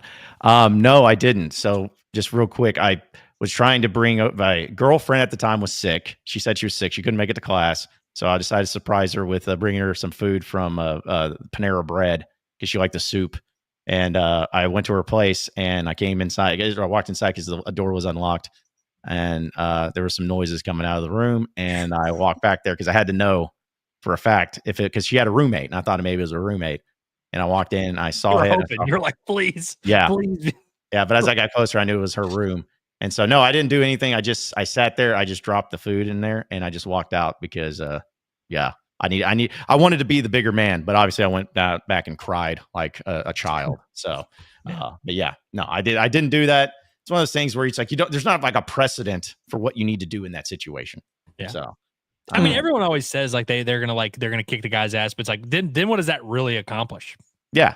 Yeah. And then it's like, because then he was also kind of a bigger guy. So it's like, what if he kicks mine? And then it's like, then it's double bad. And that's where I'm like, again, like we all are like, oh yeah, totally. Oh yeah, I'd kick the guy's ass. It's like, would you? Yeah, because that's the thing. It's like I may have done it a little bit differently if it was a guy that I felt like I had a chance against, but this dude was yoked, so I didn't want to go down that road. Definitely don't want to get into a 50-50 proposition. If it's anywhere close to 50-50, don't get in the fight. That's my advice. Yeah, and also, man, I'm getting really deep into this, but I don't think I've really told this publicly, but the guy also didn't have any clothes on because obvious reasons. And I'm like, that would have made it triply bad where you get your rear end kicked by a naked guy that's bigger than you. Like, I mean, you're on the ground and you just see it. Yeah. It's like, suddenly you're getting all types of looking right down Main Street while you're sitting there on the ground. So but really, really tough stuff there. Really tough stuff. Folks are disappointed that you left the soup. Yeah, you shouldn't have left the soup. Let's be honest. You should have definitely taken the soup. Yeah, I thought about it, but then at the same time, I didn't know what do you do? This is what my mind did in the moment. I just dropped it. Never know until you're in the moment. Yeah. I just dropped it and I walked out. And you guys want to know why I'm still single? because that soup got dropped and I couldn't handle dealing with that. I have trust for nobody. So, but also, Jeremy says we got to get John's mugshot on the new Inside Arkansas merch. My mugshot, I was 16 years old when I got arrested, so my mugshot's out there, but it's not public. So. Pudgy Nabors. Oh, dude, I had probably, I'd say it was probably about 245 pounds then. Had the shell necklace with the Abercrombie & Fitch Java polo with the other polo behind it. I did not pop the collars, but it was good. It was a rough look. It'd be a rough look. So, all right. Well, great. That's a great stretch of a final 15 minutes of the show, fellas. Any final thoughts you got for the day before we roll out of here? I mean, I don't really know what to say after that, but no. In all seriousness, big game tonight. I mean, it's just a huge one for Arkansas, and tune in, and then make sure you tap in for the Pod the Palace post game, which I'm sure will go just fine and won't be lively or crazy at all. That's my line. Absolutely. I'm looking forward to my epic return to the Pod at the Palace post game show tonight. Yeah, man. Yep.